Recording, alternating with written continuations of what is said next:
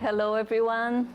Welcome for those of you who are arriving now. This is actually the end of a 2-day workshop that we've been organizing at the Albert Hirschman Centre.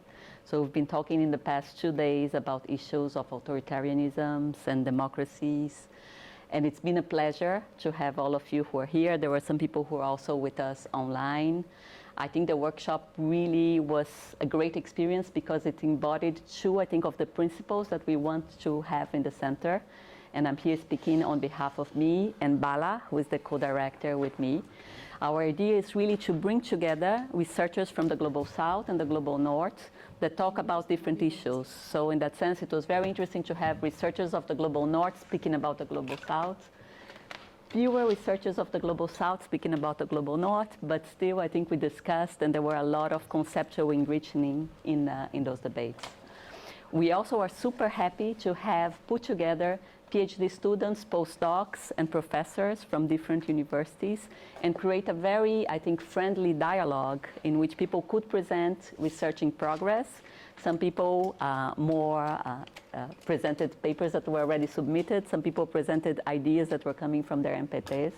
But I think overall the conversation really created and enriched everyone. And it was great to have a presential or hybrid event, but for those of us who are here in presence to be able to talk over coffee breaks and dinners and all, I think also it created new and interesting synergies. So for those of you who are here, I hope it's the first time and you come back and we can create other types of partnerships. And today I have a kind of a mixed feeling about this event because it's kind of saying goodbye to Ricardo, who had been with us for 6 months at the center. And now he's actually already in Vienna, but this was a kind of, I knew that I was still seeing him for this workshop. So it's nice to hear you and to give you the floor to talk more about what you have been doing in the past 6 months here. But it's kind of sad to see you go. But I hope, again, I think we are talking about creating, I think the fact that you are based in Brazil, but now in Vienna and then in Brussels, it also helps us create all those synergies with the center. Just before you go, just to say, so this is Ricardo. I'm just going to say, we Brazilians, we have very long names, so I'm just going to call you. Especially. Okay, so I'll just call him Ricardo Regatieri. And he is a professor at the Department of Sociology of the Federal University of Bahia in the northeast of Brazil. And he's also one of the chairs of the Periféricas, the research group in social theories, modernities, and colonialities. And where he's been discussing a lot, I think, trying to think, he's a specialist in critical theory in Brazil, but also thinking about critical theory from the perspective of peripheral spaces. So Ricardo, really a pleasure to have you, and we are going to miss you. Thank you very much for this kind introduction, Grazi.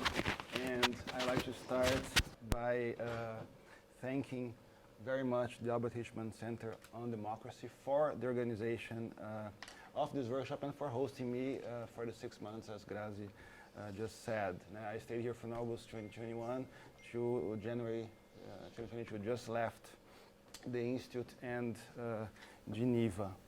I'd like to namely thank Grazi, Bala, Christine, Michelle, and Tan for all the exchanges and the support during this period.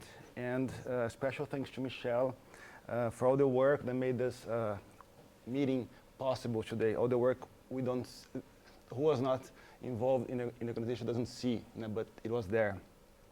I'm thankful also to the discussants who accepted to debate with the presenters, Janina and Matthias from the Albert Hirschman Centre on Democracy, and Rafael from ANZU. My stay at the Albert Hirschman Centre for Democracy or on Democracy was inextricably connected to its former director, through whom I also got in touch with the soft authoritarianism group from the University of Bremen. And I'd like to thank Shalini for that as well. I'd like to thank the researchers from the Bremen group, Ulrich, Jens, and Hagen, for so promptly accepting this invitation we made for the opening panel. I'm very happy also for all the proposals that were sent, that it attracted so much proposals. So to thank the interested people who sent proposals, and also thank everybody that actually presented in the 3 sessions of our event.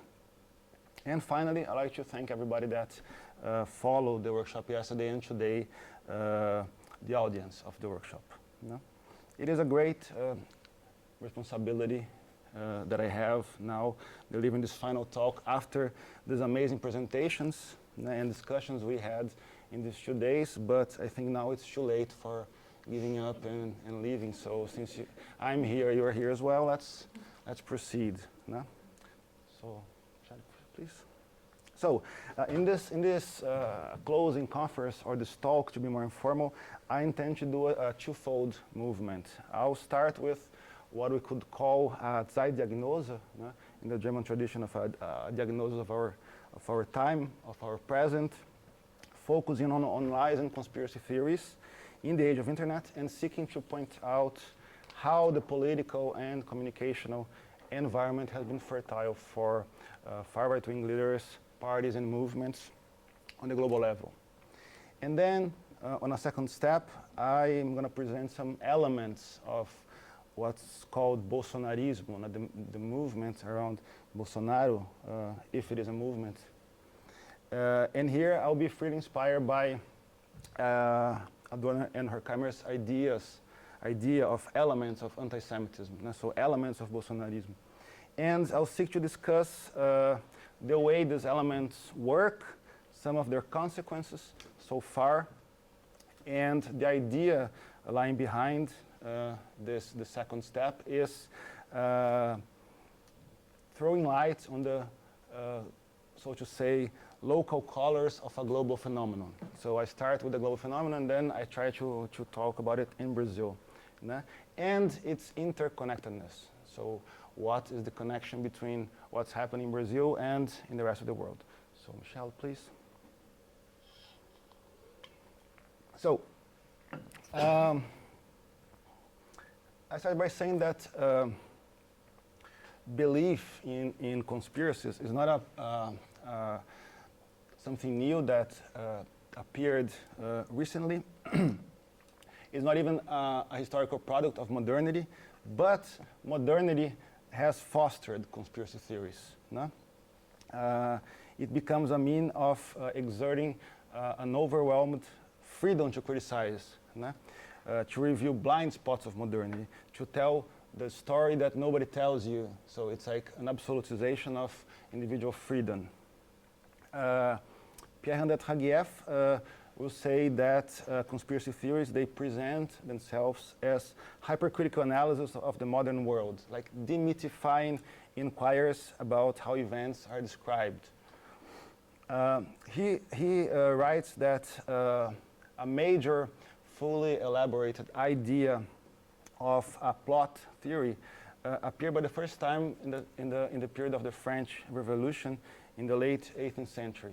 And then another important landmark for conspiracy theories is the turn from the 19th to the 11th to the 20th century with the Protocols of the Elders of Zion, which was used by fascism, by Nazis specifically, to defend the idea of a global conspiracy. And in the first case, in the case of the French Revolution, the Freemasons were the threat, and the encyclopedists, the Illuminists. And in the case of Nazism, the Jews were named as the hidden force. And both forces aiming to destroy civilization, or better saying, Christian civilization, the Western civilization.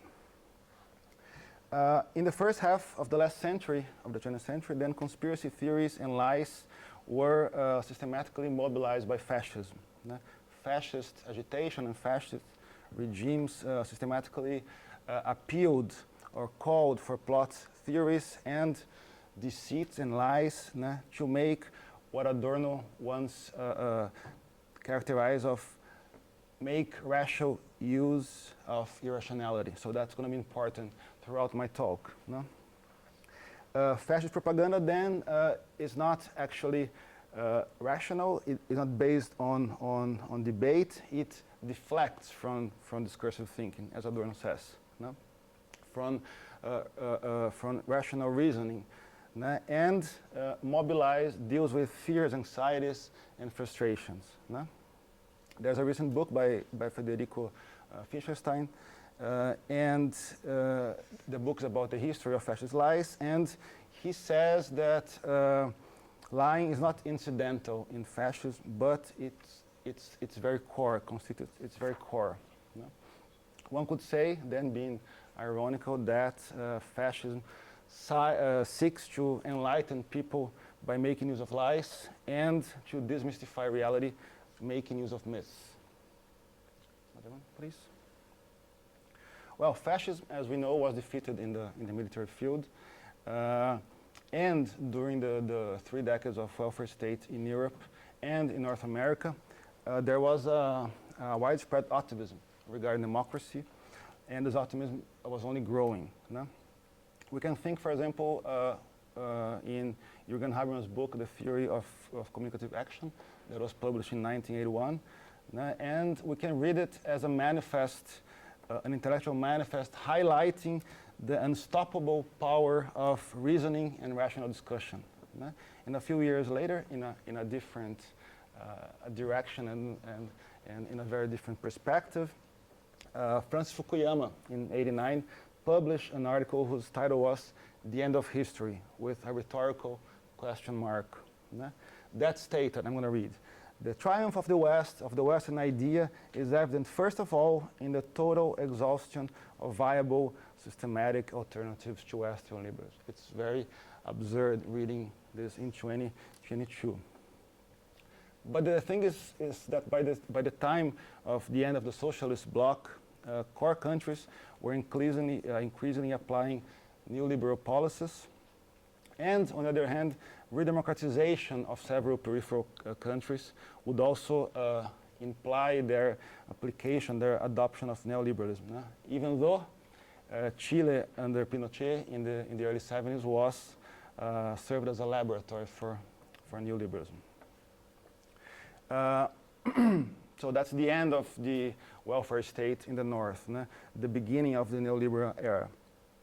And in the south, a bit like 1 or 2 decades earlier, the experience in Chile. But if conspiracy theories and lies in politics are not a new phenomenon, Lee McIntyre, who wrote a very nice book about fake news, he argues that 2 moves in the post-war period promoting science denial can be considered at the root of contemporary post-truth and alternative facts. On the one hand, so that's the first move, the massive campaign advanced by the tobacco industry from the early 50s to the late 90s, casting doubt on scientific evidence that cigarettes cause cancer. On the other hand, the second move was the strategy of the fossil fuel lobby in the early 2000s to discredit climate change.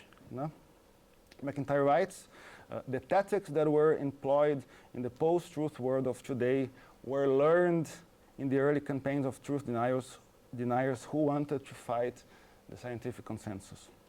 Being these 2 cases, one the tobacco and the other one the oil industries.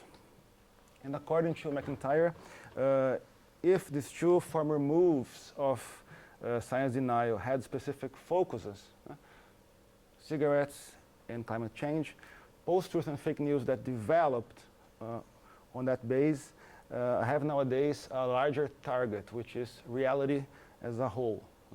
And then I wrote this in the past few weeks, and today with the invasion of Ukraine, one of the first things I read in the day is that Russia says it's not a war. It's a peace mission. So reality can be denied even though troops are on the ground. It's incredible. And I think McIntyre helps a bit with the genealogy of the post-truth era. This other one.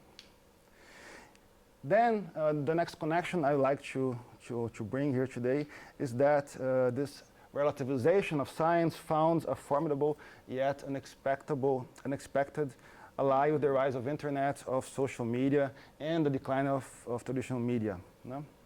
If one can always say that traditional media was and is biased, no? The point here is that this new environment of internet and social media allows anyone to become a producer of content, no?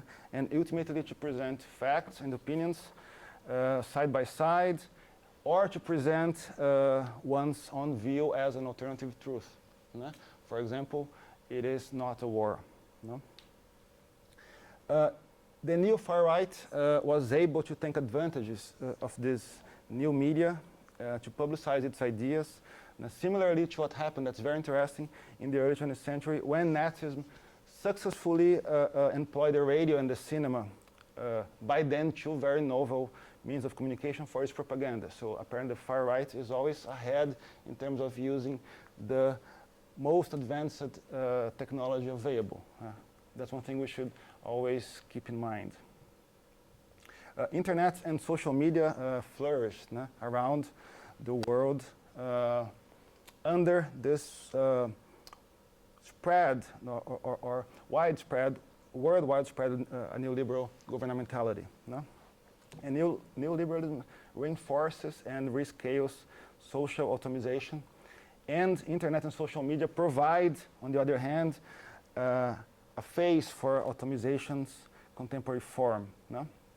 Because unlike radio and television in the past, internet and social media allow a horizontal communication of solitudes. So you stay at home, you are alone, you are looking only to yourself and your needs, but you can communicate with everybody else without being there physically present. And it allows for the formation of virtual communities of people who do not necessarily know each other. Shall we please?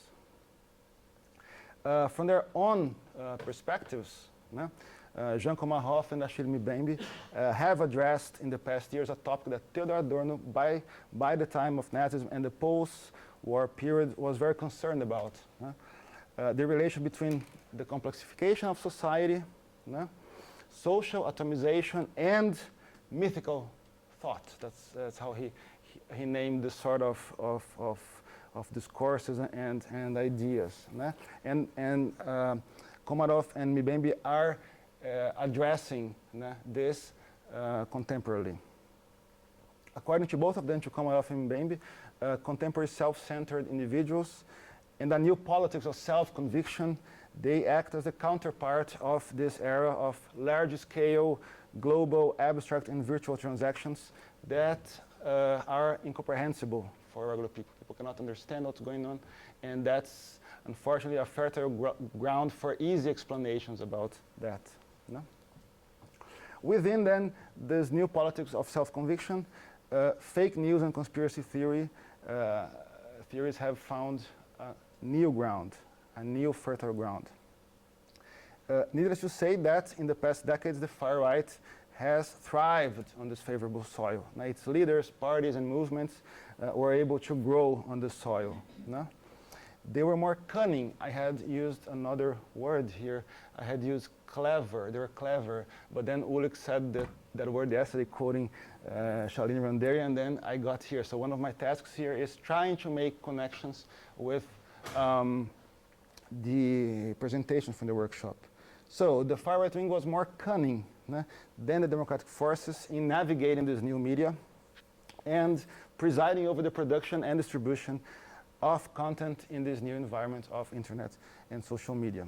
There's a very nice book I was reading when I arrived here, and I told Christine once, by Giuliano da Empoli. He wrote in French, and there's in Italian as well, and in Portuguese. I don't think there's in English. It's called The Engineers of Chaos. And he shows how social media algorithms are designed to attract people and please the users. And these, as he calls engineers of chaos, They are political consultants, marketeers, bloggers, IT experts, working for the far-right wing. They manage to manipulate people's aspirations and fears on these platforms, making use of the most absurd stories.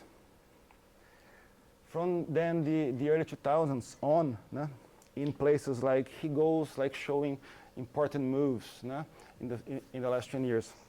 From the early 2000s, then in Italy, in the United Kingdom, in the United States, in Hungary, he doesn't say that, but we could mention in Russia, and other places, these engineers of chaos reinvented political propaganda, adapting it to the world of social media, and thereby transforming or shaking or hitting the nature of the democratic game.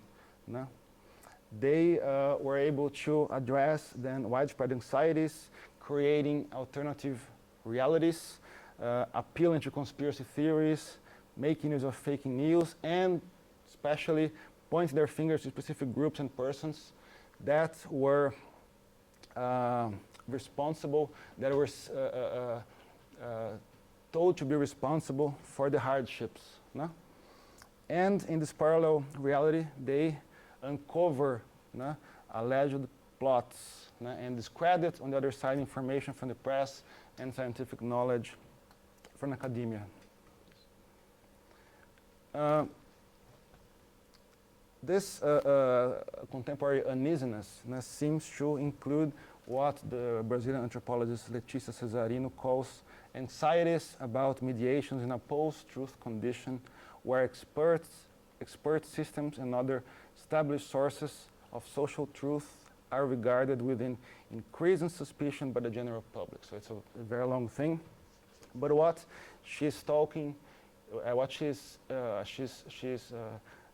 she means here is the decrease of social trust in the gatekeepers of truth. Jason Harrison, who also wrote a book about fake news and Posttruth, he says it goes about a historical, particular public anxiety about public truth and about authority, which means that, in my terms now, it represents a crisis in social trust, or a crisis of distrust in the producers and the gatekeepers of truth, or the traditional ones, the democratic political system. So the debate, the truth prevail, or you can show that someone is making up stories. The free press, which also investigates and tries to uncover the truth. And of course, and that matters a lot to us, the academic knowledge that also produces results through investigating the nature of things or the truth about something.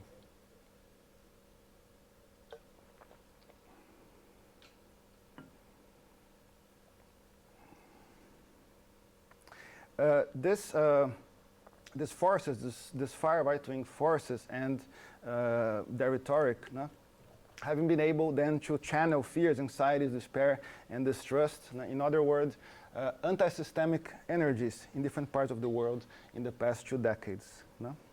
And then another, so I'm trying to put layer over layer here, another point, it doesn't explain everything, but it's part of the problem, is that since the 80s and the 90s, the left and social democracy have been failing to give a voice to such energies, to these anti-systemic energies. Not only because these forces accommodated to neoliberalism on the one hand, but also because in many cases they themselves enforced neoliberal policies that produce contemporary uneasiness and anger. All the structural adjustment policies. The capitulation of the left and social democracy to neoliberalism led to the identification of this political force, of the progressive force, with globalization. And its corollaries, that it's hated by everybody, or every working person in different countries. Financialization, deindustrialization, unemployment, loss of state sovereignty, immigration, and multiculturalism. Tony Blair the British Prime Minister that after the fall of the socialist bloc sought to provide the Labour Party with a new face is an emblematic character of this process. No? Without attacking capitalism and without necessarily attacking or opposing its neoliberal phase, new far right-wing parties, movements, and leaders have entered the stage presenting simple solutions to complex issues. The more, and now I'm drawing on Adorno, no? But it seems that the more untransparent and impersonal capitalism becomes, the more the responses presented are uncomplicated and aimed at specific groups and persons, the classical process of scapegoating. No? So, for example, the immigrants are blamed for taking the jobs that actually neoliberalism and the end of Fordism made disappear. And feminists, women, and LGBT people are blamed for undermining the family and its values, but the family and its values have been in decline since the 19th century under the effects of market forces, increasing individualization, and so on and so forth. Like Rafael says so on and so forth a lot, so I started to say so on and so forth. You can quote me. I started to say so on and so forth, leaving here. Michelle, please.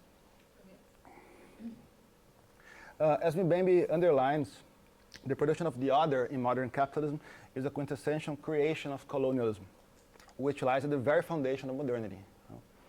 All over the world, what Mbembe has been calling the nocturnal body of democracy exposes tendencies that have always been integral to modern colonial capitalism. The principle of separation, the friend-enemy relation, a hatred for others, racism, xenophobia, and so on and so forth. Under neoliberalism, the promises,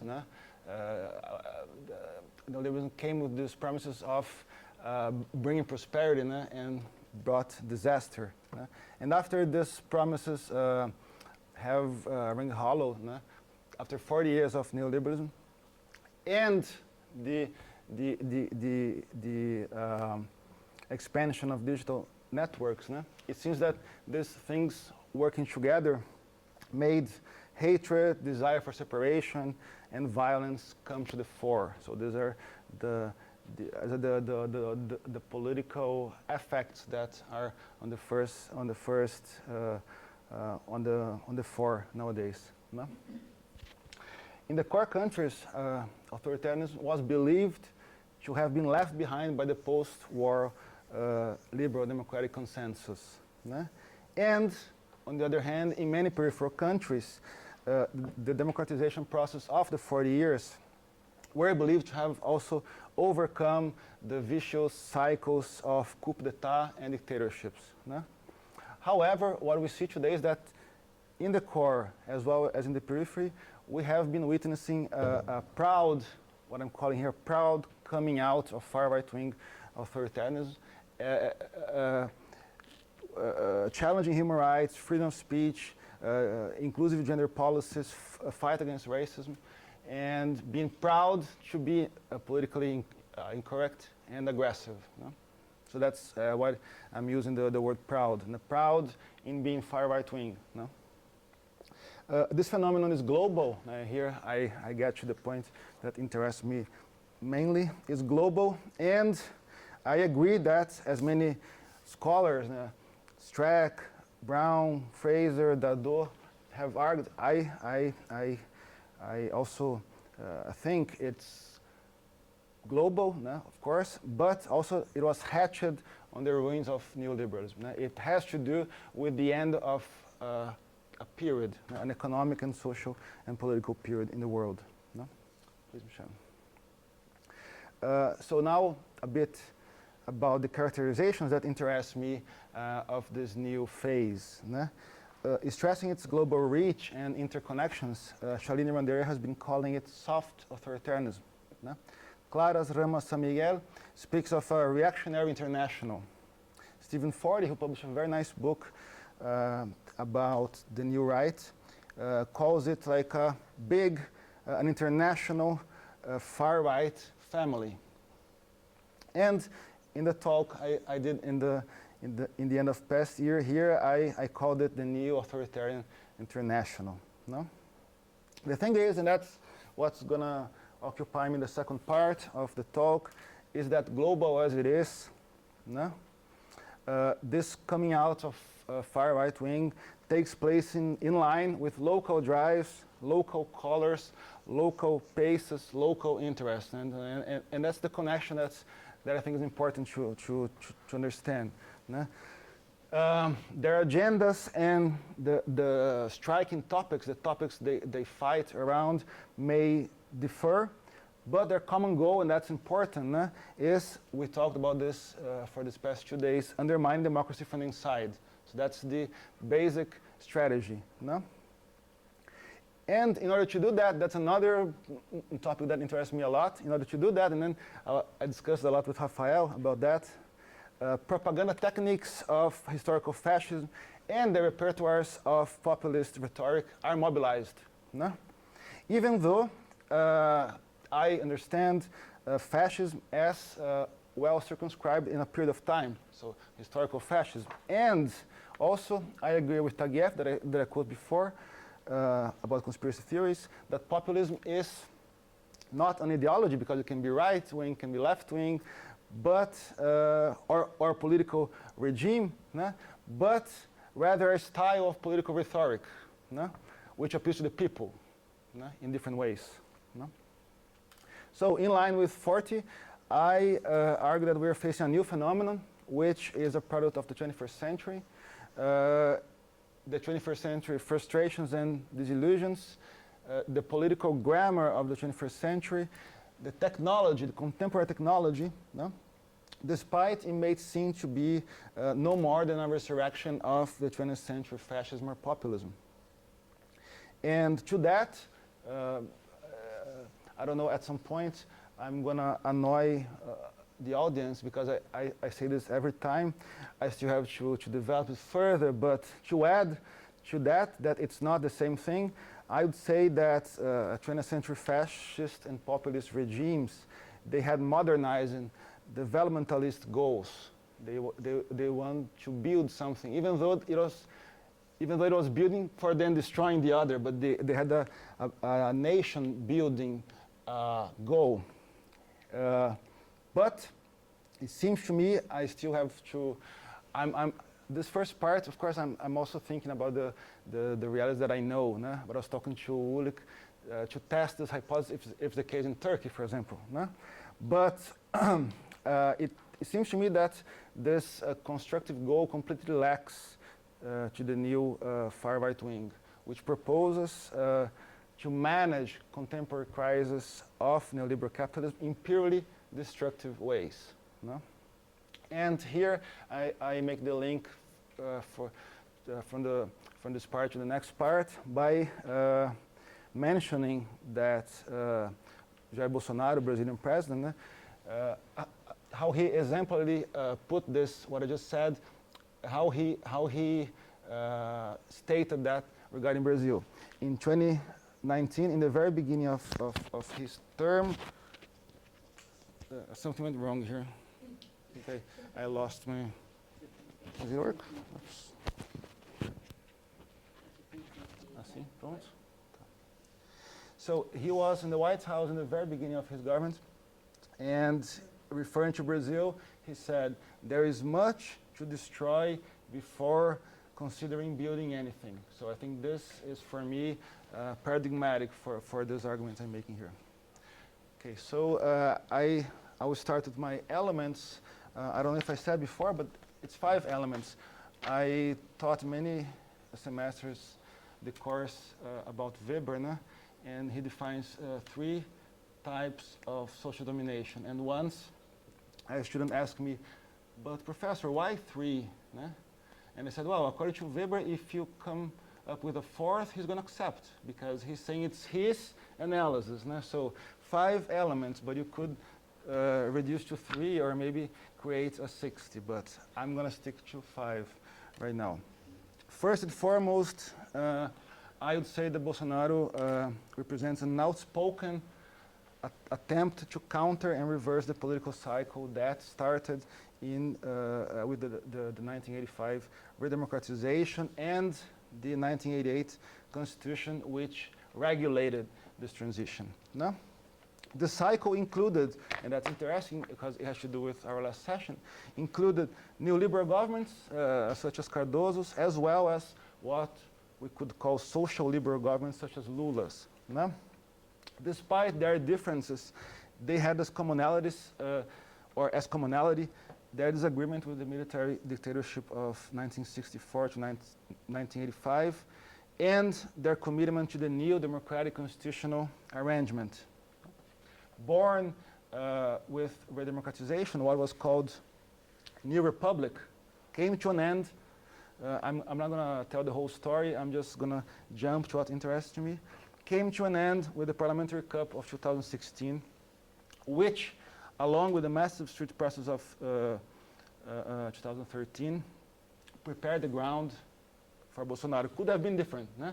But that's, we analyze, we are here to talk about the way things happen. No? The crisis of the so-called New Republic, in which economic crisis and widespread distrust in political and politicians merged, created a sort of a power void that Bolsonaro was able to navigate and in which he eventually prevailed. No? As populist and fascist leaders in the past, I'm going to be doing these connections despite the differences. No? His rhetoric promised to revolutionize corrupt politics, and refound the violated nation, the nation that was in danger. As an antidote to what was seen, what to him was the moral lassitude of the New Republic, Bolsonaro himself, that's important to say, a former army captain, proposed to redeem the military regime of 1964-1985. He then would praise the good old times of dictatorship and the perpetrators of dictatorship, of torture. And he also commanded the military force before and after being elected. To put in a nutshell, Brazil was then supposedly in need of a strong man, once again, to bring order back.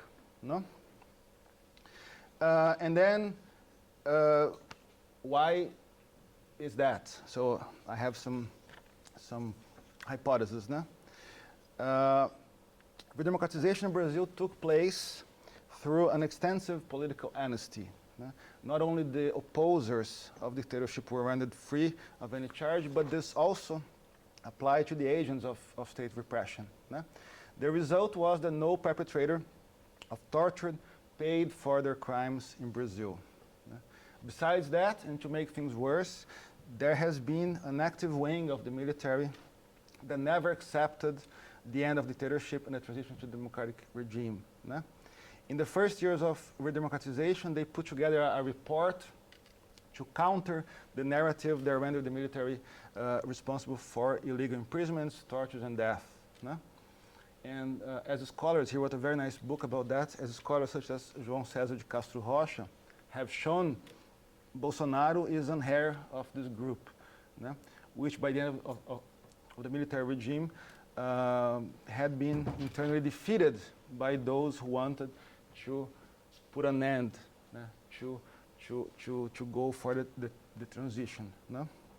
Bolsonaro himself left the army as a captain, being dismissed due to insubordination in the late 80s after publishing articles complaining about the army salaries, and the uncovering of a plan to explode a bomb in military units to press for salary raises. So he belongs to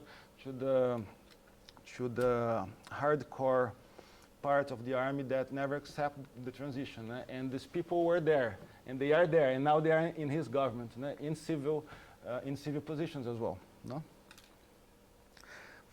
Following then this dismissal from the army in the late 80s, Bolsonaro joined politics in the early 90s. For 20 years, he developed this rhetoric, radical rhetoric, which was always regarded and disregarded as picturesque, it was not taken seriously by most of the civil society and the political establishment. No?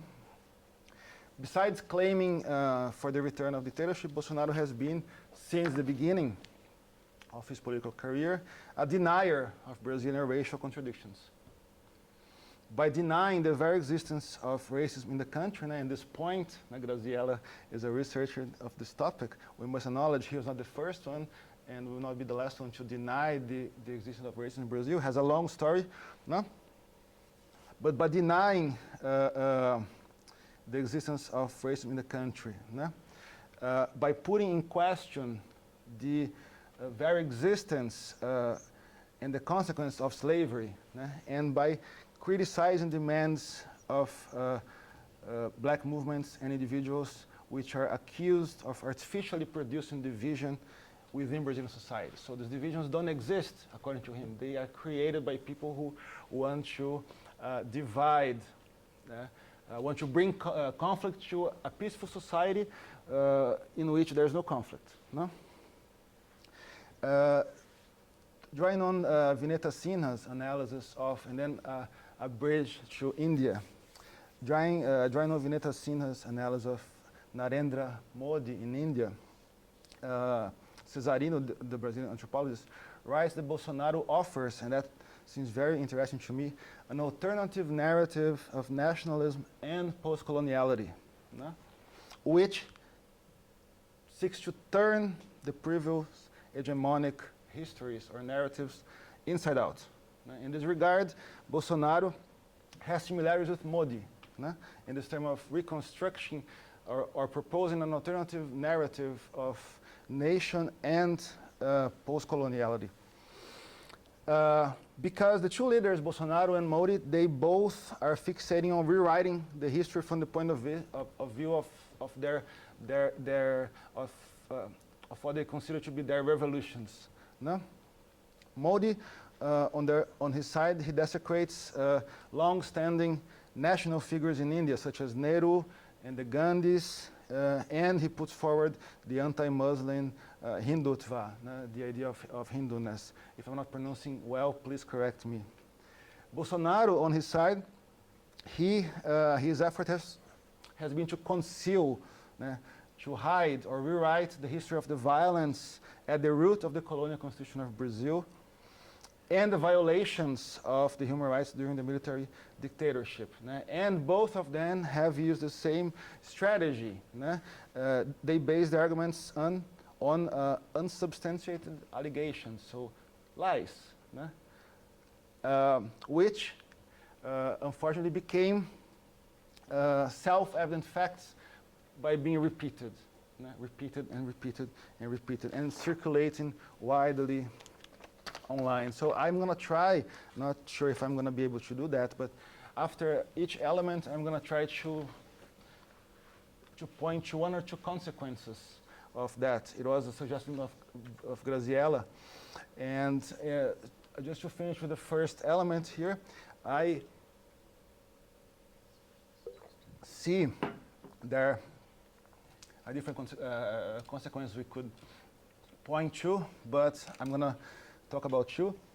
In practical terms, in terms of practical consequences, William Nozick, a Brazilian scholar, has shown in a study about the presence of militaries in the government, that there has been an increasing militarization of the federal administration, not only the military sector, but especially the civil sector.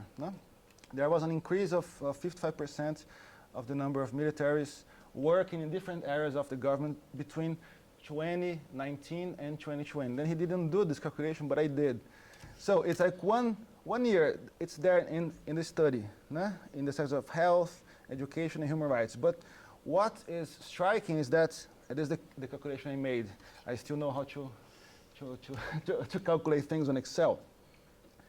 But if you want to compare 2020, which the last year he has at hand, with 2015, that the year preceding the parliamentary coup, the raise in the military participation in the government is of 245%. So there were in the whole government 1,743 people in 2015, and in 2020, 6,157 people.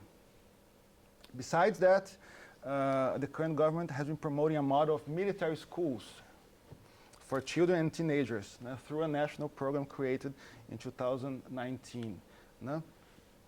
The program plans, and they opened already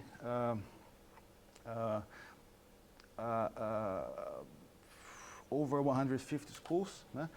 They plan in 2019 opening 50 military schools a year.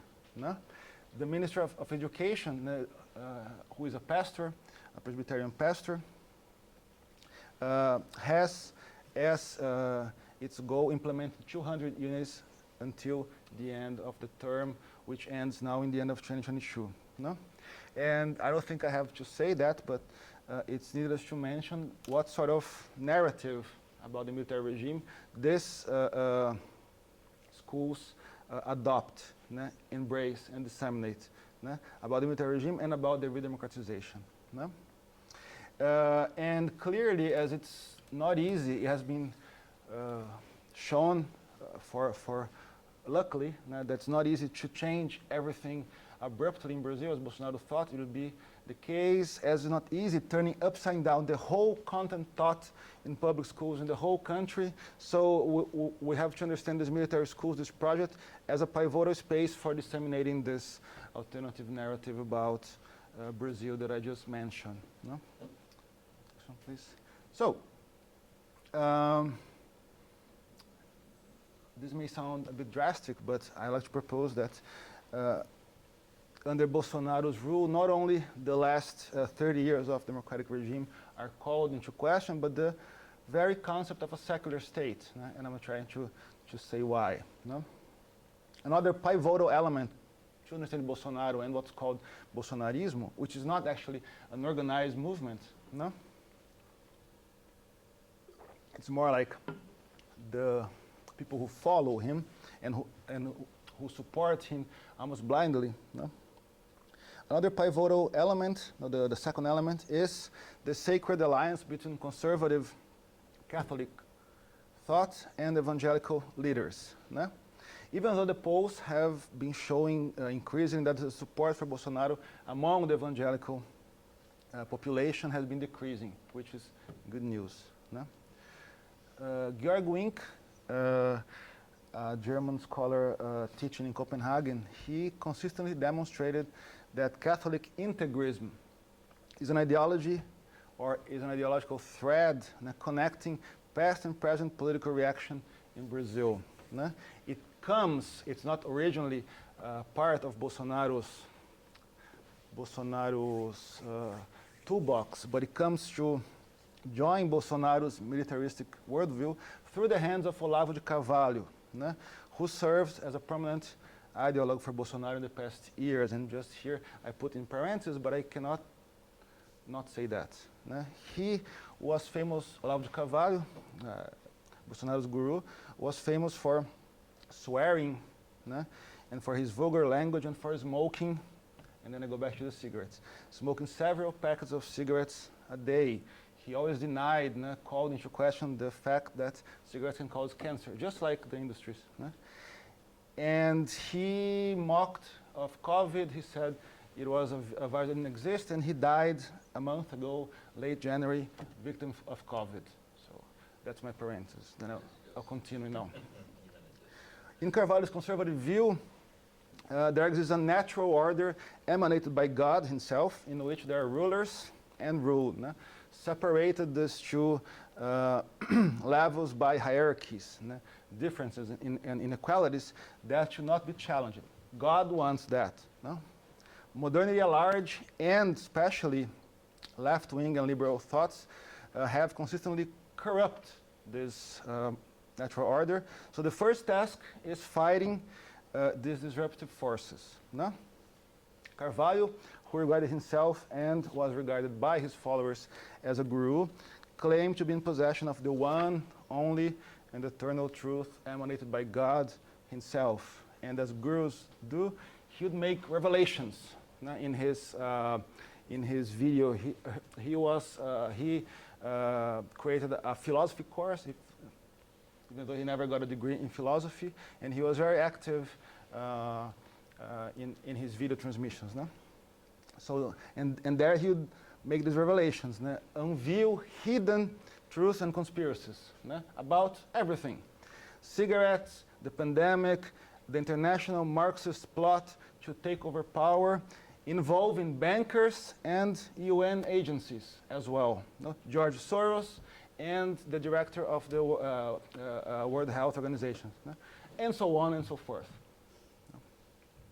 The hardcore of Bolsonaro's religious base, bringing Catholics and evangelicals together, is a defense of what is regarded as the normal organization and reproduction of the family.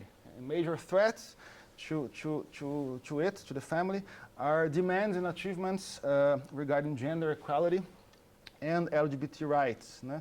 As well as the struggles for the criminalization of abortion. Now, two very interesting sociologists, Richard Miskolsky from Brazil, Maximiliano Campana from Argentina, characterized this reaction, this backlash against sexual and reproductive rights as a moral panic. No? According to them, this moral panic gains momentum in Latin America in the early 2000s as a reaction to the rise to power of left-wing governments. No? And it is reinforced with the adoption of same-sex marriages in Argentina in 2010 and in Brazil in 2011. No? So Brazil, just to finish this point here, is still a secular state, but willingness to change that doesn't lack from the part of Bolsonaro and his religious alliance. No? Moving to a practical consequence of that, I would mention maybe the most important one, I think, which is a generalized backlash in the realm of gender and human rights policies. And we can grasp that with a reform or the renaming of a ministry. Established in 1997 by Cardoso, the Ministry of Human Rights had its name changed by Dilma Rousseff, the Workers' Party, in 2015 to Ministry of Women, Racial Equality and Human Rights. Under Bolsonaro, with another evangelical pastor as a ministry, now as Ministry of Human Rights, racial equality disappeared from the name of the ministry, no? And the name family was added. So it became the Ministry of Women, Family and Human Rights. And she became, so it's sad that some things are dealt like memes instead of being discussed, no? But she became a meme because when she came to power, she said that boys were blue and girls were pink. No? The 2022 Human Rights Report on Brazil highlights that in 2021, the Bolsonaro administration created a working group without participation of from Congress, judicial authorities, or civil society to propose changes to the National Human Rights Program, which is the most important program for human rights in Brazil. But nobody knows who is in this commission and what they're doing. It's completely... How much time do we have? You're officially... Gone. We started late, but okay. we have some Q&A probably. Okay. Okay, can you move to slide to next one and then the next one? Okay, so I'm gonna, while I speak, let's show this one. So a third element of Bolsonarism is the transformation of opposers into enemies. And opposers that become enemies in Brazil do not come from abroad, like in Europe or in North America. They're not immigrants. They are a restored version of what the Brazilian military dictatorship classified as internal enemies. There was a doctrine called Doctrine of National Security that was sorted left-wing activists as enemies of the state. It comes from the Cold War period. It was about finding people supporting communism inside the country. But Bolsonaro updates and broadens this definition, and then this is a short list of we and they, this idea of enemies. And so the green is like the right wing because of the yellow and green of the flag that they use, and here are the communists, or everybody that should be eliminated. So I think I won't be able to go further with that. I just mentioned here Christine Bard, who speaks of an intersectionality of hatreds. And that's interesting because it's many things together.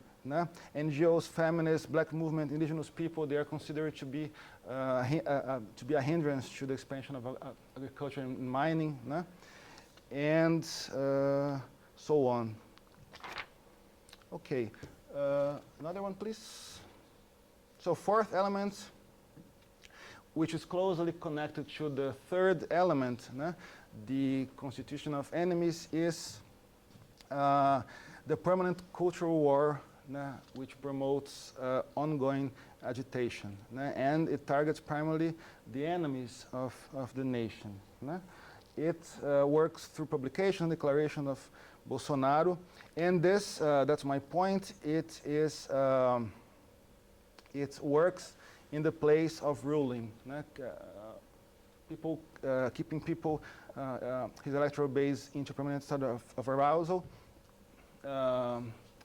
is the substitute for government. There are descriptions of that. I was going to mention Neumann and his study about political anxiety in the post-war period. He says the idea of this leaders that have to institutionalize anxiety, to be able to keep people in movement all the time. And, well, I don't have time, but I was going to talk about the election of this year. I'm going to jump, and let's get to the next one. There? Yeah. Okay, so that's is a topic that interests me a lot. And it's the idea that Bolsonaro is not alone. More than that, I would risk saying that his election wouldn't have been possible without the scenario of far right wing globally. And the connections and the exchanges in terms of social communication strategies and techniques. Spaces such as the Conservative Political Action Conference, the movement, Steve Bannon's The Movement, which allow exchanges and learnings from former experiences. So Bolsonaro, he has always mirrors in Trump. His communication strategy learned a lot and mirrored in Modi, and then these connections, they are intricate, but they're very, very interesting. So, to wrap up, I would like to say that whatever the label we use, I'm more and more unconvinced about these labels. To label Bolsonaro, neo-fascist, neo-populist, militarist, and so on. We should understand him. That's my proposal, and the movement around him as being a part of this big family of contemporary far-right wing. And here the name of my talk, the colors of Bolsonarismo, green and yellow, the colors of the Brazilian flag, used by reactionary people in Brazil. They are a branch of a bigger tree. And then what I learned from my professors never to end a presentation with a question. So I'm putting a question in the end here for you. So my question is, can we just, again, trust in the sharp axe of reason to cut down this tree, or without dispensing with reason, we should more and more be aware, as Adorno once put it, that an incredible perfection of the means can be combined with the irrationality of the ends they're employed to reach. That's the question. Okay. Thank you very much.